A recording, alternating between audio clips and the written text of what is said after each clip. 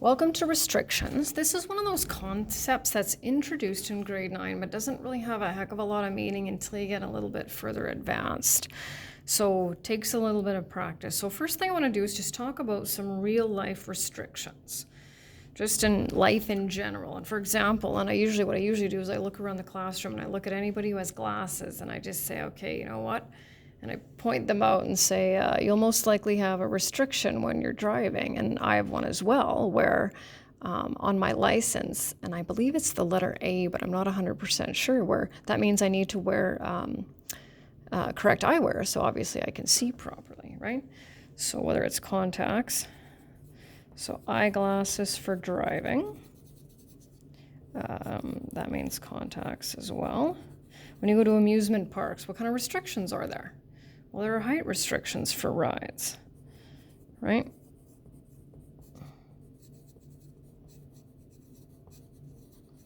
For some rides, anyway.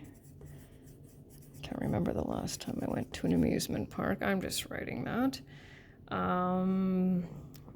Different provinces, the United States, right? We have restrictions for purchasing alcohol, right? In order to purchase alcohol, here you need to be 19.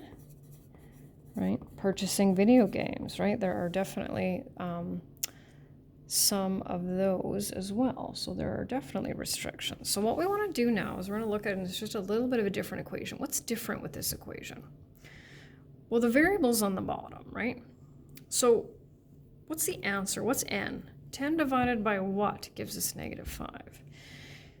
Well, that's -2, right? But we need to show the steps. So we're going to do that. First thing we do is we're going to multiply both sides by the common denominator, but this time, right, our denominator is n. So n divided by n is 1, and we get 10 equals -5n. And now we know what to do, right? Divide both sides by the numerical coefficient, okay? And we have our solution set of -2. Now, the next question says, what's the restriction on the variable? And so what that means is we're not allowed to divide by what? 0, right? We know that if we type in our calculator, 10 divided by 0, it'll give us an error. So anytime we have a variable in the denominator, we have to make sure that we specify, right, that denominator can't be 0. Now, the good news is in grade 9, I can only give you a variable. In grade 11, it just changes, and I put some bonus questions on your assignment, but that's just sort of that being able to recognize that we are not allowed to divide by 0. And you might be thinking, well, of course n isn't 0, it's -2, we just calculated it. Well, in pre-calculus 20, you'll calculate some values that end up you'll have to reject them because they will create a 0 in the denominator. And if you're in person, I'll probably show you a couple examples. We don't need to worry about it too much. What you do need to understand is that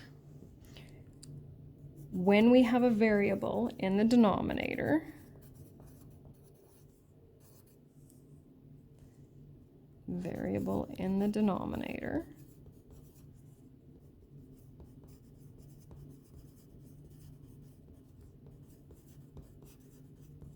we must indicate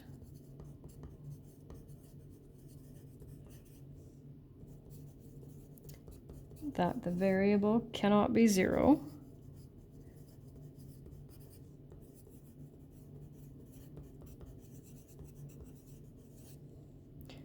because you cannot divide by 0.